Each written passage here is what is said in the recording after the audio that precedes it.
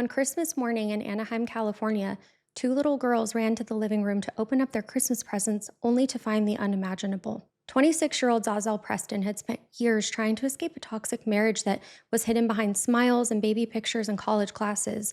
But on Christmas Eve, the cycle of violence that she was studying to help others escape from would take her own life. Her husband didn't call for help. Instead, he did something horrifying to cover up what he had done. What unfolded on Christmas Eve is truly one of the most haunting cases I've heard in a very long time, in a tragedy that shows how love, control, and fear can turn into something fatal. Get ready, you guys, because today's story is absolutely horrifying.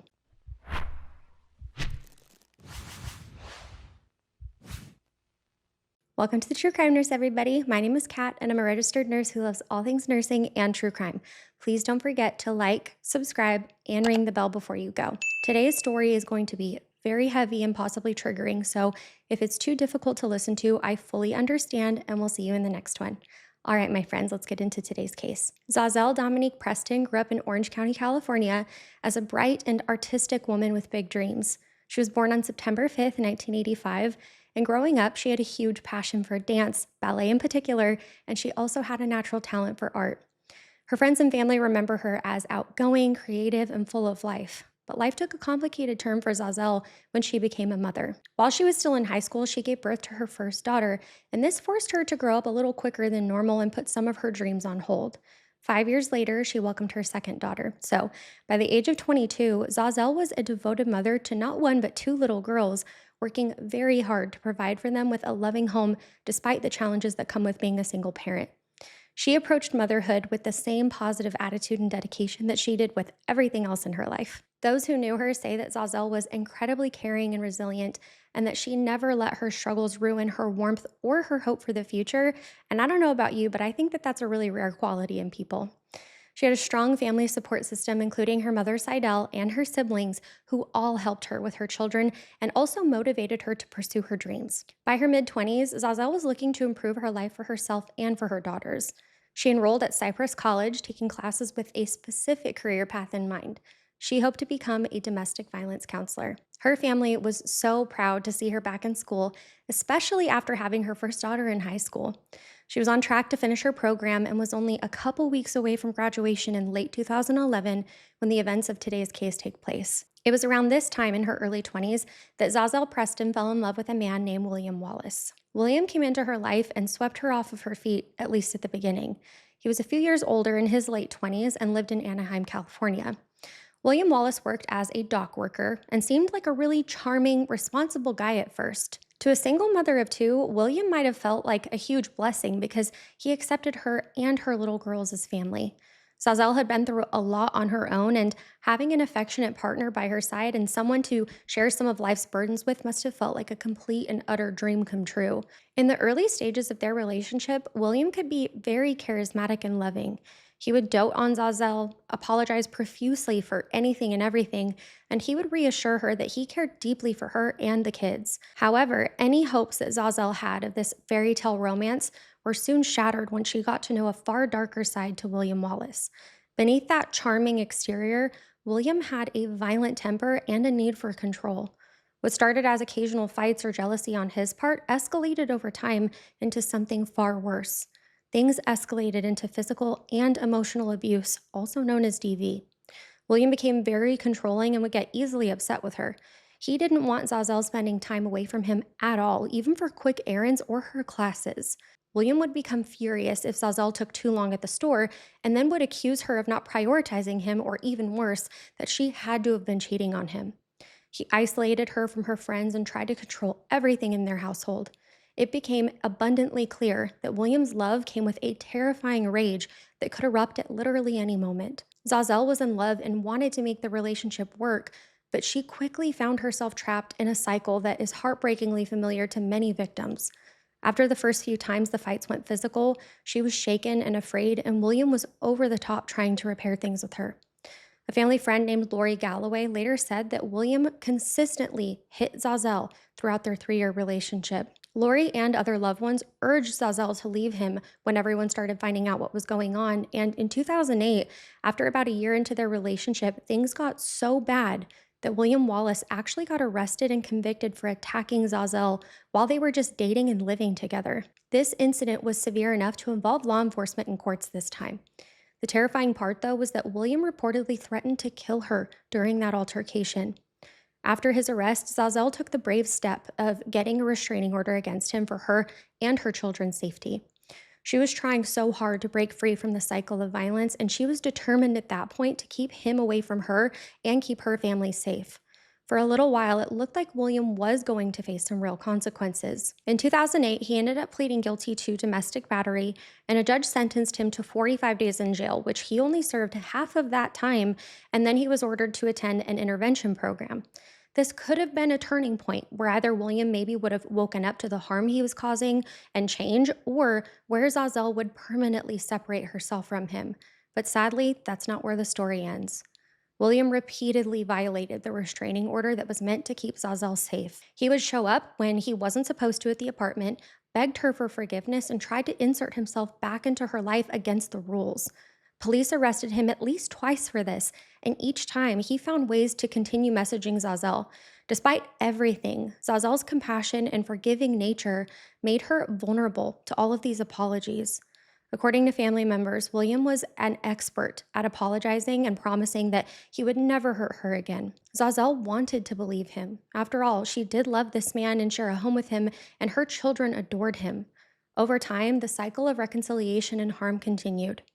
Zazelle even visited William in jail when he would be arrested for violating the protective order, and I don't mention this whatsoever to suggest any type of victim blaming, but instead I want you to see this as an indicator of just how complex and entangled her emotions were here. This cycle is incredibly challenging to break. Zazelle's friends and family, especially people like her friend Lori and her mom, tried their best to intervene. They provided resources and offered her a safe place to stay. Lori actually had a shelter called the Eli Home, and she told Zazelle that she was more than welcome to stay there with her daughters at any time. Lori also personally counseled her and begged her to leave William for good, but each time William reappeared with his apologies or when he was temporarily kind and loving, she would get sucked right back into the cycle. William's violent tendencies never went away, though. A short stint in jail and that mandatory counseling did absolutely nothing for him. If anything, in the years after 2008, William became even more violent and controlling. He was so insecure and possessive that even everyday activities would set him off.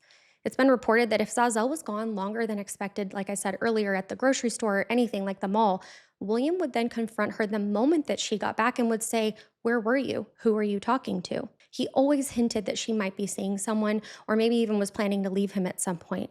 This constant suspicion weighed heavily on Zazelle, but she coped the best that she could just to try to keep the peace between them.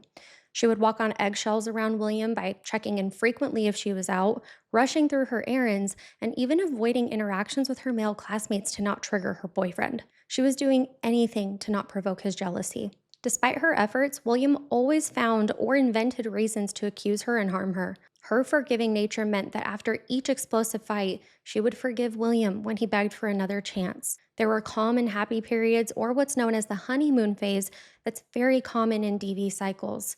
These were times when William was gentle, doting, and even fun to be around. The family would go out, or the couple would actually host a barbecue with their neighbors, and everything seemed fine from the outside.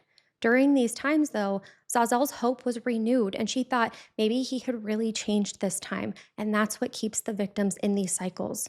During one of the last times that William was arrested for violating the protective order, Zazelle actually filed a motion to dismiss it. That decision would be fatal. By 2010 and 2011, Zazelle was living with William once again in Anaheim, and the two considered themselves to be husband and wife. I found really conflicting reports as to whether or not they were legally married, but by 2011, their family grew and Zazelle became pregnant with William's child, and this pregnancy might have given her some hope that maybe things would change. Their son was born in the autumn of 2011, and he was a beautiful baby boy who was adored by his mother and his big sisters. For a little while, William did seem happy about the baby. Those first few weeks of the newborn in the house were busy and exhausting, as any parent knows, but also filled with beautiful moments too. Zazelle now had 3 children counting on her, and she poured herself into taking care of all of them. Despite the sleepless nights and the stress of an infant crying, she stayed in school, determined not to let her education stall again. It was inspiring to everyone around her because Here was a young woman who had been through so much, juggling motherhood and school and a very difficult relationship, and yet somehow she kept pushing forward to better herself. But in the shadows, the violence had not truly ended. Even with a newborn, William's anger was still there. The incidents may have been less frequent during the late stages of pregnancy, but they never went away. And once the baby arrived, tensions were high, and that put even more pressure on their relationship. Now that Zazelle had a tiny infant to take care of, William may have felt like he was no longer the center of her world, and that could breed resentment in a toxic relationship like this. In 2011, people close to Zazelle could see that the DV hadn't stopped. She showed up with unexplained bruises, canceled family plans, and sometimes she seemed withdrawn. Her mother, Seidel, was deeply worried and repeatedly offered her and the kids a safe place to stay, but like many other victims, Zazelle minimized what was happening at home. By December 2011, though, something in her shifted. As she got closer to finishing her college program and pursuing the goal of becoming a counselor, she knew that she couldn't keep living in the same kind of situation that she was trying to help other women escape from. Her children had already seen too much. Just days before Christmas, during a shopping trip with her grandma, she said that she was done and planned to leave William for good right after the holidays or after her finals. She was quietly building an exit plan this time, and they were all hopeful that this time it would actually come to fruition. But that decision meant that she was in a high-risk situation. The aggressor usually becomes more dangerous when they sense that they're losing control or that relationship. Whether someone told William explicitly or maybe he was just picking up on the disconnect, the tension in the home was palpable leading up to Christmas. The small Anaheim apartment was decorated for the holidays, the kids were excited, and the family attended a neighbor's Christmas Eve party. Nothing seemed obviously wrong. Zazelle was dressed up, played the part, and tried to keep things peaceful, just telling herself, let's get through Christmas. No one at that family party knew that once the family walked back home, the simmering violence in that relationship would soon explode. The exact cause of the argument that erupted on Christmas Eve may never be known. What we do know, though, is that at some point close to midnight on December 24th, 2011, William Wallace and Za'Zell Preston began arguing in their apartment, and the tension that had been building detonated for the last time. William and Zazelle had been drinking alcohol that night, and things were tense, so a fight broke out. We don't know the initial trigger, but the argument quickly escalated, and they were both yelling at each other. A neighbor later shared that they heard an intense commotion coming from the Wallace's apartment and that the yelling echoed through the walls and hallways. It was late on Christmas Eve and other families were asleep waiting for Santa's arrival, but from the Wallace apartment, things were taking a very sinister turn. In the cramped apartment, with Christmas tree lights still blinking in the background, William Wallace's rage turned physical. He grabbed Zazelle and then began a lethal attack. Furniture toppled over as William shoved, threw, and hit Zazelle. She was no match for William's strength because he was a grown man, larger and stronger. Still, she fought back, though, in whatever way that she could. She was not the kind of woman to just surrender, and she had a strong survival instinct and children that she needed to live for. William later said that she bit him, which tells us that she did put up a fight. At some point during this horrific fight, Zazelle broke free and ran for the door, trying desperately to escape. She opened the front door and ran out into the cold December night, but William was right behind her. A neighbor across the way later reported seeing William Wallace outside near the complex gate, picking up what appeared to be a body and carrying it back towards his apartment with him. That body was Zazelle. This means that William chased and then caught Zazelle outside and hauled her back inside like an object that he owned. I cannot imagine the thoughts that she had running through her head as he was bringing her back inside. Zazelle was in grave danger. Any hope that she had of escaping literally slipped through her fingers. Once they were back inside, William continued his relentless attack. He was seen by no one except his victim, and unbeknownst to him, at least one witness, Zazelle's 8-year-old daughter, Ziana, because she had woken up. When she came out of the bedroom, she encountered a scene that no child should ever have to see. Her mother was hurt and bleeding with shards of broken glass all across the living room floor, and her stepfather, William, was in a terrifying rage. At some point during the fight, William had smashed Zazelle into their glass coffee table. The table shattered into pieces, and jagged shards of glass were all over the floor, and some pieces were stuck in Zazelle's skin. Then William did something unfathomable. He yelled at Ziana, the 8-year-old, to come help him. This small child had to step through the wreckage of the coffee table and help him pull shards of glass out of her own mother's skin, while she should have been sleeping, waiting for Santa. I do not have words to describe how sick that makes me, you guys. At some point, the fight then traveled to the bathroom where Wallace slammed Zazelle's head into the porcelain toilet bowl or tank, and Ziana actually saw this happen. The impact of her skull against the porcelain was catastrophic. Ziana testified that after that moment, she believed her mother passed away. I cannot believe an 8-year-old had to witness this. Wallace now faced the reality of what he had just done. Zazelle wasn't moving. Was she unconscious or dead? William's immediate instinct wasn't to get help, since that would mean that he would face consequences, but instead he decided he needed to cover up what he'd done. William then picked up Zazelle's limp body and carried her out of the bathroom. Ziana saw him lift her mother up, and she said that her mother's body felt cold to the touch. William laid Zazelle on the bed of their bedroom, maybe in denial, but William left her there while he figured out his next moves. Either late that night or early on Christmas morning, William made a phone call to Zazelle's mother, Za'Zell Preston. On the phone, William's tone was cold and unapologetic, and he told Za'Zell something along the lines of, "We were drinking and we got into an argument and I tossed her around a bit." He literally admitted to her mother that he hit her. Then William said, quote, "If they could take another breath, they could take another hit," end quote. He was justifying continuing to hurt her daughter, implying that as long as Zazelle was still breathing, he felt entitled to continue hitting her. To hear him say something like this about her own child was horrifying for Za'Zell. She told him to put Zazelle on the phone or to get her medical help. William's reply was dismissive and cruel, and he said that Zazelle would not wake up and that she had peed on herself and was slobbering. He tried to make it seem like she was blackout drunk, passed out from too much drinking, and that's why she couldn't come to the phone. William did not call 911. Instead, shockingly, he went to sleep next to his wife's unconscious or deceased body in the same bed. The image of him dozing off in a drunken stupor next to the woman that he had just murdered is bone-chilling, but it aligns with everything else that we know about him. William Wallace was concerned with himself above everything else. Calling for help would have led to his arrest, and running would have also raised suspicion, so he did nothing that night. Christmas Day in 2011 was a cold and gray day in Anaheim, and the entire apartment was a scene of chaos and horror. At some point that morning, William Wallace woke up, and Zazelle's body was in the bedroom, unmoved from where he had laid her. Rigor mortis wouldn't have set in just yet because that usually takes several hours, but her skin was cold to the touch, and her face was pale. She physically looked deceased, not peacefully asleep. His hands had silenced the woman who had been in his life for 3 years. Now, what happens next is truly one of the most horrifying things I have ever heard. Rather than dialing 911 immediately, William decided he would pretend that Zazelle was just unconscious or sleeping off a drunken night. He was going to include the children in this charade in one of the most grotesque scenes imaginable. William Wallace dragged Zazelle's lifeless body from the bedroom out into the living room. He was a strong man and she was a very petite woman, so physically moving her was not difficult for him. Then he carefully propped Zazelle's body up on the couch, positioning her to sit up as if she were just relaxing or struggling to wake up. He pulled her head to one side so to keep up the illusion as if she were alive, and then William put sunglasses over her eyes.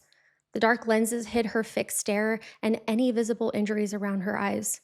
The two little girls woke up on Christmas morning confused and scared. They tiptoed out of their bedroom to find their father figure, William. They noticed that their mother was on the couch and probably felt a little relief at first. Mommy was out of the bedroom and awake, so this meant that they could open up their Christmas presents. But something was off. Why was Mom wearing sunglasses inside? And why was she sitting so still? William said Merry Christmas to the girls and then decided to go through the motions of Christmas morning as if everything were normal. He told the girls that their mother had gotten drunk and ruined Christmas. Those were his actual words. Then he said something along the lines of, quote, "She got drunk last night and now look at her," end quote. Then William insisted that the girls open up their Christmas presents in front of their mother's deceased body. To add yet another layer of evil, William filmed this morbid Christmas morning video. He recorded his stepdaughters as they opened their presents while their mother's corpse was sitting there watching. At one point, Ziana approached her mother on the couch. She reached out and tried to touch Zazelle's arm or her hand, and it was rock hard and cold as ice. In that moment, any hope that Ziana had that her mother was just asleep was gone. This little girl was so intelligent. Despite the obvious, William maintained his lies. He reiterated to the children that their mother had ruined Christmas by getting drunk. He was implanting the narrative that their mommy was to blame, which is a classic manipulation tactic. Even in death, he wanted to tarnish her and make himself seem like the good guy. At around 9:30 in the morning on Christmas Day, William finally called 911 for some help. He told emergency dispatchers that his wife had had way too much to drink last night and that she'd passed out and injured herself. He said that he needed the paramedics to come because she needed medical attention. And once the door opened for those first responders, paramedics stepped into the apartment and immediately sensed that this was not a routine medical call whatsoever. Most of us in the medical field can tell you that there are overt and covert signs that something is off, but more than anything, we just have this intuition that kicks in, and they immediately felt that. The first telltale sign was the silence and stiffness of their patient. They rushed to Zazelle on the couch and checked her vital signs, and she had no pulse. Her skin was cold, her lips were blue tinged, and her joints were already stiff. This wasn't a fresh injury or overdose where they could even attempt to save her because she was beyond saving, and there were obvious signs of trauma. Even if William tried to clean her up a bit, paramedics would have seen the signs from a mile away that his story didn't add up. The volume of blood and the number of wounds on Zazelle were not consistent with a drunken night and a single fall through a glass table. Also, typically, if someone falls through a table and is hurt badly, their spouse would call 911 immediately, not the following day. The paramedics were in a really awkward position because they were medical responders, not the police, but they immediately recognized potential foul play here, so their priority then became securing the children and alerting law enforcement. There was nothing that could be done medically to help Zazelle because she was clearly gone. They carefully laid her flat from the slump position and determined that rigor mortis was present in her limbs, so she had been dead for hours. Quietly, one of the EMTs stepped outside and used his radio to call for backup, reporting a possible homicide or at least a very suspicious death. Within minutes, the police arrived to the apartment and the scene looked like it was something out of a horror film. Zazelle had severe head injuries and multiple bruises in various stages, which is a hallmark sign of violence in adults and children. Her face was beginning to swell, she had a black eye, and her lip was split open. The Anaheim police immediately separated William from the children to ask for their initial statements, and William's demeanor was unusually composed for a husband whose wife had just died suddenly and accidentally. Officers on the scene said that he didn't show any signs of shock or grief that you would typically see. Instead, he was trying to convince them of his version of events. He repeated that Zazelle had gotten very drunk at a Christmas Eve party and that she'd been out of control, and he was just trying to calm her down when she fell. He said that she fell once, hitting a table, hence the broken glass, and that she might have fallen again, hitting her head in the bathroom. He emphasized that she had been conscious afterward, but passed out from the alcohol, so he just put her to bed. Then he woke up and found her not waking up. This was his excuse to buy him some time and explain why rigor mortis may have set in by the time he called the police. While William was spinning his story, the police observed the children's odd behavior. Ziana, the 8-year-old, was very quiet and still. When a detective asked her gently what happened to her mommy, she looked at William nervously. This is a clear indicator that something happened and she was too afraid to speak up. The 3-year-old little girl was unfortunately way too little to articulate anything useful, and the infant was being held by a kind paramedic, still fussing and needing care. His mother was gone, and the only father that he had was beginning to look more and more like a criminal suspect rather than a grieving husband and father. William Wallace was arrested on Christmas Day in 2011, right there at the apartment, and taken into custody. His attempt to stage Zazelle's death as an accident had fooled no one. The police took pictures of the entire apartment, including the broken glass pieces, the chaos, the gifts that were scattered, and the couch that she'd been posed on. Crime scene technicians noted that blood spatter patterns in the living room and bathroom were consistent with a violent struggle and not at all a 1 or 2-time fall. The more they looked, the more blood that they found. In the living room, stains were all over the beige carpet and even on the lower portions of the walls. There were pools of blood that had dried overnight, especially near where the shattered glass was, and the glass shards themselves were sticky with blood in places, which was further evidence that Zazelle had been lacerated or cut by them. Investigators carefully collected these shards for evidence.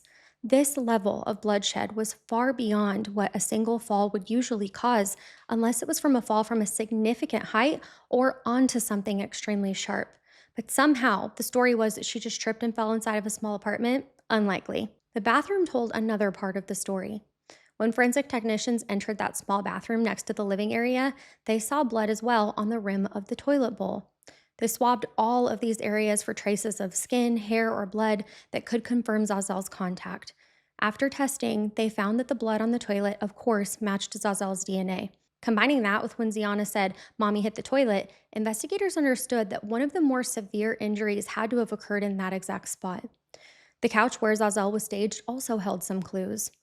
On the upholstery, forensic teams found stains of bodily fluids. This is common that when someone passes away, because the muscles will then relax, it can cause the bladder to release some of the urine. Remember William saying to Saudel on the phone Zazelle had peed herself? This was probably true because when she was dying or died, her bladder released onto the better couch. Detectives noted that her clothing was soiled when they arrived, which also confirmed this. This is an important detail because it suggests that she was unconscious or deceased long enough to lose control of her bodily functions, which again is further evidence that the death wasn't immediate or recent like William claimed that it was. It also shows how callous William was, describing this natural and tragic sign of death to her own mother in such a demeaning way. While the scene was being processed, Zazelle's family members began to arrive as the word was beginning to spread. They were devastated. According to later court statements, Seidel immediately said what happened here was murder. This wasn't an accident at all to her because she knew her daughter had finally been killed by the man who had been tormenting her for years. Seidel and other family members took custody of the children immediately because the two girls and the baby boy were now orphaned, with their mother deceased and their father and stepfather under arrest in the back of a police cruiser. Instead of Christmas morning being filled with joy, these children were being led away from their home by relatives, and their hearts were completely shattered. Christmas would never be the same for them again. Police classified the case as a homicide investigation. They had their primary suspect in custody and a mountain of evidence to go through. Detectives began to piece together what likely happened, but many details would be filled in later by forensic analysis and witness interviews. Neighbors were interviewed that same day, and some admitted that they did hear the arguing and that it sounded like something was breaking around midnight. One neighbor gave a statement about seeing William carry what looked like a body near the gate, and this corroborated that part of the timeline. Zazelle's body was taken to the coroner's office for an autopsy, which we will dig into here shortly. Meanwhile, at the Anaheim police station, William Wallace sat in an interrogation room and stuck by his story by continuing to insist that he was not responsible for Zazelle's death. He maintained that she got outrageously drunk and that she fell and hurt herself in an unfortunate accident, but now he added a twist. He claimed that during their argument, she had been the aggressor and that Zazelle attacked him and even bit him. He said that any physical altercation on his part was strictly self-defense or from trying to restrain her. The investigator spoke multiple times with the 8-year-old Ziana. Initially, she had recited William's version out of fear, but with some gentle reassurance, Ziana opened up. She shared how Daddy had been hitting Mommy, how Mommy hit the table, how she had to help pick glass out of Mommy's skin, and how Mommy was so cold and wouldn't wake up. She described the sunglasses her mom was wearing and said that she couldn't remember all of the details, but the core truth was consistent. Investigators realized that they had a key witness in this brave little girl. It's awful that she had to witness it, but without her statement, it might have been easier for William to muddy the waters with this accident story. She finished by saying that he asked her to lie and that he told her to help hide what happened to her mom. Before we continue on with the investigation, though, we need to talk about her autopsy. The autopsy of Za'Zell Preston was a crucial piece of today's case and would definitely contradict the defense's claim of an accidental fall. The ME carefully documented every bruise, laceration, fracture, and abrasion on Zazelle's body. Starting with external injuries, the pathologist found clear signs of a brutal attack, focused especially on Zazelle's head and face. There were contusions or bruises on her scalp and face in multiple areas, not just one region, but on the front, side, and back of her head. In fact, the autopsy identified at least 6 distinct impact sites on her head. Some of these impacts corresponded with lacerations or cuts, and likely where her head hit broken edges of the glass, splitting the skin open with it. One of the most dangerous wounds came from the toilet impact, though. There was a deep laceration and contusion at the back of her head that matched perfectly with the shape of a toilet rim. This injury would have been consistent with a high-force impact, which was enough to cause a concussion or even worse. Another significant set of injuries were those that were tied to the glass table. As she went through the table, shards sliced into her flesh. The autopsy mentioned multiple sharp force injuries or cuts on her arms, hands, and torso. The internal exam of her head, though, showed the true cause of death, and this was brain hemorrhaging. The autopsy revealed a severe subdural hematoma, which is a bleed that occurs in the brain, and it's between the brain and the skull, usually caused by violent shaking or blunt trauma that tears blood vessels and causes severe internal bleeding. The ME documented that Zazelle's brain was swollen, which is called cerebral edema, due to the trauma that she endured as well. The extent of the head injuries alone tells us how brutal and prolonged this attack was. The autopsy and subsequent expert analysis made it clear that Zazelle's death was a homicide and not an accident. The ME concluded that the cause of death was blunt force trauma to the head. This testimony from the pathologist would be vital in court because the defense claiming that she had fallen into a glass table once, but the medical evidence of 6 separate head wounds basically destroys that claim. Unless she fell like a pinball, bouncing her head 6 times on 6 different surfaces, the only logical explanation is that someone struck her repeatedly or that her head was smashed against objects repeatedly by an external force or person. If she had fallen on glass and somehow that killed her, that cause would have been from a massive blood loss or a singular skull fracture, not widespread hemorrhaging from multiple angles. I hope that that made sense. And if she fell suddenly and drunkenly, usually the injuries would be to one side and not all over her body. The autopsy results gave some closure or confirmation to Zazelle's family, but it was unbelievably hard to hear for them. They already knew that William had killed her, but hearing the exact medical breakdown helped them understand what she had endured in her final moments. Now they needed the world and the jury to see the truth through science. This wasn't a case of an accidental shove. It was the cumulative end of years of violence that had reached its ending on Christmas Eve. Each bruise and hemorrhage was a testament to that escalation, and tragically, Zazelle suffered in those moments of assault before losing consciousness. Armed with these autopsy findings, prosecutors were ready to go to trial, and they were very confident that the medical evidence, alongside all the other investigative work, would lead to the outcome of a conviction for the man that was responsible for this brutal Christmas killing. By 2012, a grand jury indicted William on 1 count of felony murder in the death of Za'Zell Preston. The legal process began, but the case experienced tons of delays. It's not uncommon for murder cases to take a couple of years to go to trial, but this case took almost a decade. Can you believe that? Almost 10 years passed between Za'Zell Preston's murder on Christmas of 2011 and the start of her killer's trial in 2021. William Wallace was charged in 2012 and pleaded not guilty. Over the years, his defense tried to minimize the charges, like reducing them to a manslaughter plea, but prosecutors refused to settle for anything less than murder in this case. Wallace sat in jail while Zazelle's children grew up, including Ziana, who would later testify as an adult in this case. When the trial finally began in March 2021 in Santa Ana, jury selection was careful because jurors had to be prepared for a deeply emotional, intimate partner violence case. Senior Deputy DA Heather Brown opened for the prosecution, calling it a Christmas story without a happy ending. She told the jurors that Wallace's abuse had been built for years, leading up to Zazelle's fatal attack between Christmas Eve and Christmas morning. She talked about the evidence of malice and cruelty, including Wallace's shocking comment to the children saying, "Mommy ruined Christmas." The defense countered by calling it a tragic accident after a night of drinking together. She admitted that the relationship was volatile, but insisted that they also loved each other. Her argument was that Zazelle fell and fatally injured herself while intoxicated, and that Wallace never intended to kill her. She tried to shift the case towards manslaughter, suggesting that he had panicked and thought that she would wake up once he placed her on the couch. The prosecution's witnesses quickly dismantled that, though. Paramedics and police described finding Zazelle's cold, lifeless body and all of the chaos in the apartment. Neighbors were called, hearing violent arguments and seeing Wallace carrying Zazelle's body back inside after she had tried to flee for her life. Her mother, Za'Zell Preston, testified about the years of DV and the chilling phone call that night when Wallace said, "If they can breathe, they can take another hit." Domestic violence advocate and friend Lori Galloway confirmed that Zazelle had been planning to leave him, and an expert explained why victims often stay despite the continuous threats. The most powerful witness, though, was Zazelle's eldest daughter, Ziana, who was 8 at the time and had become 18 by the time trial started. She testified about the fighting that night, walking in to see her stepfather dragging her mother, and the horrifying Christmas morning when she was told to lie to the police. She remembered touching her mother's cold skin, and the jurors were visibly emotional about this, which I can't imagine hearing her say this in court. Her testimony really painted the picture of the horror of what the children had endured. There wasn't a dry eye in the house. Medical experts then took the stand. The pathologist explained how Zazelle had suffered 6 separate head injuries, causing fatal brain bleeding, and that these injuries were far beyond what any one fall could cause. Forensic analysts confirmed blood evidence and damage consistent with the beating as well. The prosecution even presented the disturbing video that William took that Christmas morning, showing the children opening their presents next to their mother's dead body. That footage, more than anything, confirmed his lack of humanity and awareness of her death.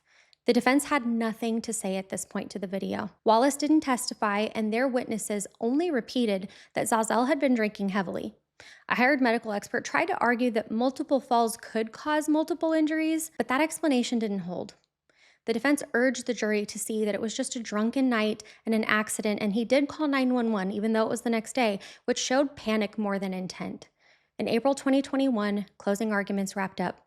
The prosecution emphasized that second-degree murder required a conscious disregard for life, and Wallace's repeated blows to Zazelle's head clearly met that standard. She reminded jurors of his history of threats and violence and how he had staged her body instead of seeking help. The defense pleaded for leniency, insisting that there was no proof of intent and asking for a lesser charge like manslaughter. The jury deliberated for about a day, and on April 7, 2021, they found William Wallace guilty of second-degree murder. You heard that right, second degree. The verdict carried a sentence of 15 years to life in prison, and this punishment recognized his intent to harm, but not premeditation. For Zazelle's family, it was a bittersweet justice after nearly a decade of waiting, but let me know your thoughts on this conviction down below, because I honestly struggle with the fact that he got second degree and not first degree. At the June 4th sentencing, emotions filled the courtroom. Zazelle's mother, Za'Zell, delivered a raw victim impact statement, calling him a man who beat and tortured her daughter and mentally assassinated her children. She begged the judge to show him no mercy. Ziana, who is now a young woman, spoke through tears about losing her childhood and the years of trauma that has followed, admitting that she's struggled with depression ever since. She told Wallace that she will never forgive him, and she reminded him that his own son, a baby, when the murder happened, had grown up without parents because of him. Zazelle's brother, Marchant Wright, spoke next. He said that he'd stepped in to raise the children and told Wallace, quote, "Your son calls me dad, not you, because I have raised him. You will never see any part of that," end quote. Wallace was given 15 years to life, and this is the standard penalty for second-degree murder, but they gave him credit for nearly 9 years already served. That means that he's going to be eligible for parole after 6 years, but the family plans to fight any early release. Wallace showed no emotion as he was led away and offered no apology, not even to the children. For Zazelle's loved ones, this punishment felt too light, but it did close a chapter. Her case turned into a devastating example of intimate partner violence, showing how restraining orders and short jail stints fail to protect victims. Today, Zazelle's children live with their grandmother and uncle, and they're continuing to get therapy to rebuild their lives. Ziana's courage in testifying has inspired so many people, and her mother's name remains a symbol of strength despite the tragedy that happened in their family. Even though the verdict could never undo the damage, it at least made it clear that this was not an accident and not a misunderstanding, but instead a deliberate act of violence that stole a young mother's life on Christmas Day. Her family fought through a decade-long legal battle to get justice for their family and worked together to raise Zazelle's children to ensure that Zazelle's spirit continues on. I'm sending Zazelle and her children all my love. Thank you so much for spending time with me today. I am unbelievably grateful for each and every one of you, and I hope that you all feel loved, appreciated, and cherished during this holiday season. I can't put into words how blessed I feel that you guys choose to spend time with me, especially to those of you that are here week after week. And wrapping up 2025, I really wanted you to know that you guys have been the highlight of my year. Also, I know that holidays can be difficult. Trust me, I know this firsthand. So to anyone grieving or struggling, just know that I'm with you. I am still sick, so as long as it doesn't get any worse, then I do plan to see you guys next weekend. This winter has been a rough one on me. Don't forget to drop our blue butterfly secret handshake in the chat, and please take good care of yourselves. Nurses orders. I'll see you next weekend. Bye.